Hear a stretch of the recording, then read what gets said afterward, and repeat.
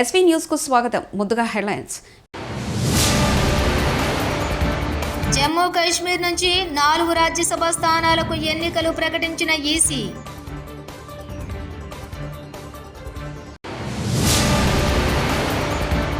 అందరూ అలాగే అనుకోవడంతో కేసీఆర్ సీఎం కాలేకపోయారు. కేటీఆర్.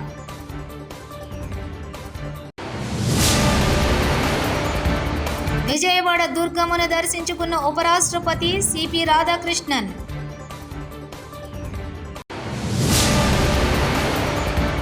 చేనేతలను ప్రోత్సహించేందుకు మంగళగిరి నియోజకవర్గంలో నిర్మాణాత్మకంగా కృషి చేస్తున్నాం. నారా లోకేష్. జమ్మూ కాశ్మీర్ నుంచి 4 రాజ్యసభ సీట్లకు ద్వైవార్షిక ఎన్నికలను ఎన్నికల కమిషన్ బుధవారం నాడు ప్రకటించింది. 2021 నుంచి ఖాళీగా ఉన్న ఈ రాజ్యసభ స్థానాలకు అక్టోబర్ 24న ఎన్నికలు జరగనున్నాయి. అదే రోజు సాయంత్రం పోలింగ్ ముగిసిన గంట తర్వాత ఓట్లు లెక్కించి ఫలితాలు ప్రకటిస్తారు. రాష్ట్రంలో ప్రజాప్రభుత్వం అధికారంలోకి వచ్చాక బెస్ట్ క్వాలిటీతో మంచి ఫ్యాబ్రిక్ డిజైన్తో విద్యార్థులకు అత్యుత్తమమైన కొత్త యూనిఫామ్ ఇచ్చాం. బాయ్స్ గర్ల్స్ ఒకే విధమైన యూనిఫామ్ ఇచ్చాం. టెండర్ విధానం పారదర్శకంగా నిర్వహించాలని చెప్పాం. దీంతో గత ఏడాది సర్వేపల్లి రాధాకృష్ణన్ పేరిట విద్యార్థులకు అందించే కిట్స్, గుడ్లు, చిక్కీలలో 200 కోట్లు ఆదా చేశాం. ఇదే విధానాన్ని అమలు చేసి 5 ఏళ్లలో 1000 కోట్లు ప్రభుత్వం ఖజానాకు ఆదా చేస్తాం. ప్రజాప్రభుత్వం అధికారంలోకి వచ్చిన తర్వాత గౌరవ ముఖ్యమంత్రి గారు చేసిన తొలి సంతకం మెగా డిఎస్సి అధ్యక్ష. 5 సంవత్సరాలు ఎక్కడ గత ప్రభుత్వం ఒక్క డిఎస్సి కూడా ఏర్పాటు చేయలేదు అధ్యక్ష. సో సుమారుగా 16,000 మంది ఉపాధ్యాయులతో మెగా డిఎస్సి మన ప్రభుత్వం ఏర్పాటు చేసిన అధ్యక్ష. ఇక్కడున్న గౌరవ సభ్యులందరి సహకారంతో 2025లో నోటిఫికేషన్ చేశాం, ఎగ్జామ్స్ నిర్వహించాం, సర్టిఫికేట్ వెరిఫికేషన్ చేశాం. రేపు ఉపాధ్యాయులందరికీ లెటర్స్, అపాయింట్మెంట్ లెటర్స్ మనం అందజేయబోతున్నాం అధ్యక్ష. ఇది చాలా గర్వకారణం. కూటమి ప్రభుత్వాన్ని తొలి విజయం ఇది. ఎందుకంటున్నానంటే ఎప్పుడు డిఎస్సి నోటిఫికేషన్ ఇస్తే స్టే వచ్చేది, ఇలాంటి ఇబ్బంది పెట్టేవారు అధ్యక్ష. ఇప్పటికీ సుమారు వైకాపా నాయకులు 100 కేసులు వేశారు అధ్యక్ష. దీన్ని 100 కేసెస్ వేశారు డిఎస్సి పైన. 80% డిఎస్సి ఆపాలి, జరగకూడదు అపాయింట్మెంట్ అని వాళ్ళు కేసులు వేశారు అధ్యక్ష. కానీ నోటిఫికేషన్ పకడ్బందీగా ఇచ్చాం కనుకనే ఎక్కడ ఒక్క స్టే కూడా రాలేదు. చాలా పారదర్శకంగా నడిపిస్తున్నాం అధ్యక్ష. తెలంగాణలో ప్రజలంతా స్థానికంగా మా ఎమ్మెల్యే ఓడిపోయినా కేసీఆర్ మళ్లీ సీఎం అవుతారని ప్రజలు అనుకున్నారు. అయితే అందరూ అలాగే అనుకోవడంతో కేసీఆర్ సీఎం కాలేకపోయారని బీఆర్ఎస్ వర్కింగ్ ప్రెసిడెంట్ కేటీఆర్ అన్నారు. బంగారు పళ్లెంలో పెట్టి ఇచ్చిన తెలంగాణను ఆగమాగం చేశారని ఆయన చెప్పుకొచ్చారు. ఈయన చేతులు ఏముంటుంది? అట్లాగే ఇప్పుడు నిన్న మీరు చూసిండ్రు పక్కకు కర్ణాటకలో ఆల్మట్టి డ్యామ్ హైట్ పెంచుతుండ్రు 5 ఫీట్లు. ఒక్క డ్యాము ఆల్రెడీ కట్టి ఉన్న డ్యాము 5 ఫీట్లు పెంచేందుకు వాళ్ళు ఎంత ఖర్చు పెడుతున్నారు ఎరికేనా? 70,000 కోట్లు ఒక భూసేకరణకే. 70,000 కోట్లు.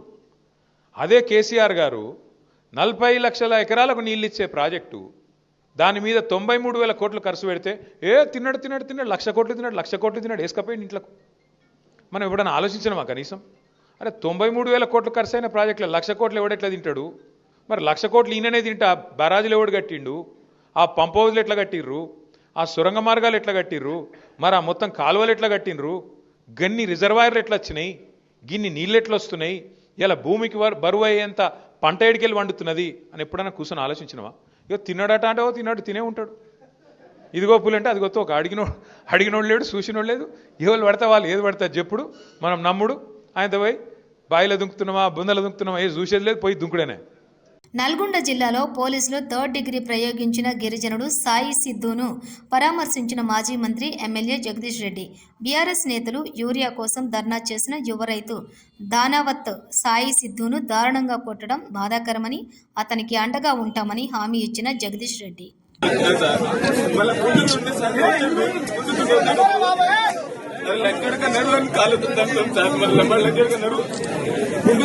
ఎవరికైనా చెప్తారా చెప్తే చూసుకుంటా. ఎందుకంటే ఎవరికైనా చెప్తా డాక్టర్లు జడ్జిలకి మీ వాళ్ళకైనా చెప్తే నీ సంగతి మొత్తం ఎట్లా భయపెట్టి ఉంటుంది సార్. పోలీస్ స్టేషన్ పోవాలన్నా భయం అవుతుంది సార్. నాకైతే టైం పెట్టడానికి పోతే 15 రోజులు లీవ్లో ఉంటే సార్ నాకు గిన్నెలు పెట్టేవాళ్ళు లేదు సార్ నాకు రోజుకు 400-500 ఆటో నడిపితే జీవనాధారం సార్ నాకు ఆటో చూద్దా సార్ నా 6 నెలల ప్రెగ్నెన్సీ సార్ ఇక్కడ ఆయన కానిస్టేబుల్ కూడా బెస్సీ పెట్టుకుంటే కొద్దిగా శరీరం మామూలు తాకితే ఇప్పుడు హాస్పిటల్ చూపించడానికి కూడా నాకు ఎవరు లేదు సార్ వాళ్ళ కోసం నీళ్లు తాగించింది సార్ నా బిడ్డను చిన్న పాలు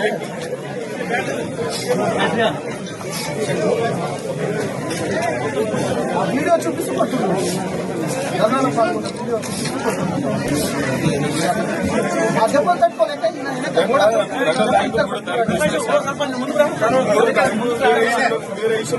జాబ్ క్యాలెండర్ వెంటనే విడుదల చేయాలని రోడ్డుపై బైఠాయించి నిరుద్యోగులు నిరసన. దిల్సుఖ్ నగర్ మెట్రో స్టేషన్ వద్ద భారీగా ట్రాఫిక్ జామ్. ఏమంది వరదలేదు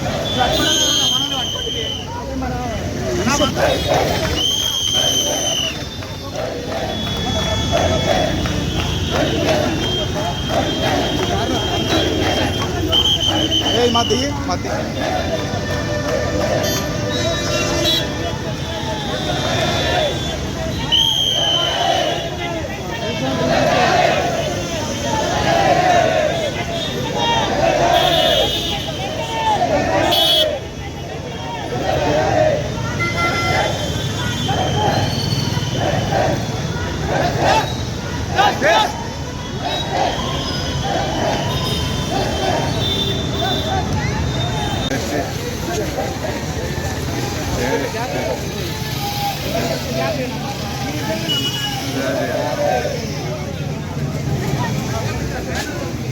Hey!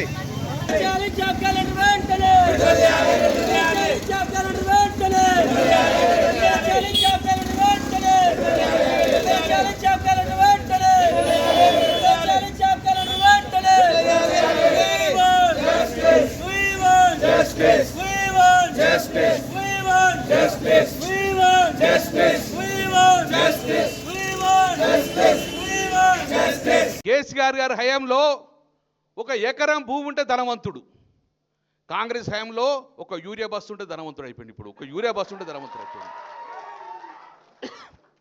కేసీఆర్ దగ్గర ఒక ఎకరం ఉంటే పంట పండించి కోటీశ్వరుడు అయిపోయి ధనవంతుడు. ఈరోజు చెప్పులు పెట్టుకొని యూరియా బస్సు అయితే కోటీశ్వరుడు ధనవంతుడు పరిస్థితులు ఈరోజు తీసుకొచ్చారు. విజయవాడ దుర్గమ్మను ఉపరాష్ట్రపతి సిపి రాధాకృష్ణన్ దర్శించుకున్నారు. ఆలయ అర్చకులు వేద మంత్రోచ్చరణలతో ఘన స్వాగతం పలికారు. మంత్రి కోలుసు పార్థసారథి, పాలక మండలి చైర్మన్ రాధాకృష్ణ తదితరులు ఉపరాష్ట్రపతి దంపతులకు స్వాగతం పలికి దర్శన ఏర్పాట్లు చేశారు. అనంతరం దుర్గమ్మను దర్శించుకుని ప్రత్యేక పూజలు చేశారు.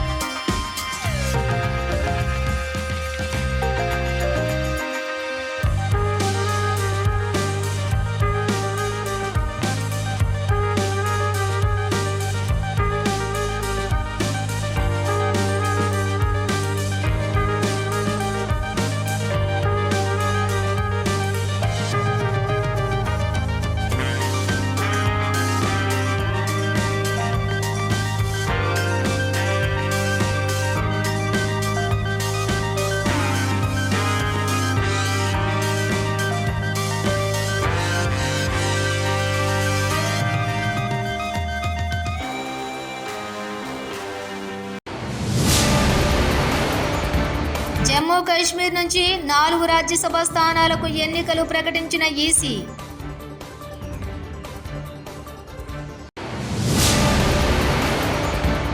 అందరూ అలాగే అనుకోవడంతో కేసీఆర్ సీఎం కాలేకపోయారు. కేటీఆర్.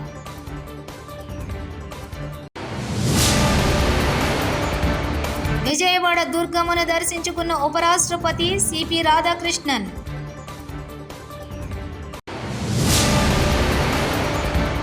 చేనేతలను ప్రోత్సహించేందుకు మంగళగిరి నియోజకవర్గంలో నిర్మాణాత్మకంగా కృషి చేస్తున్నాం.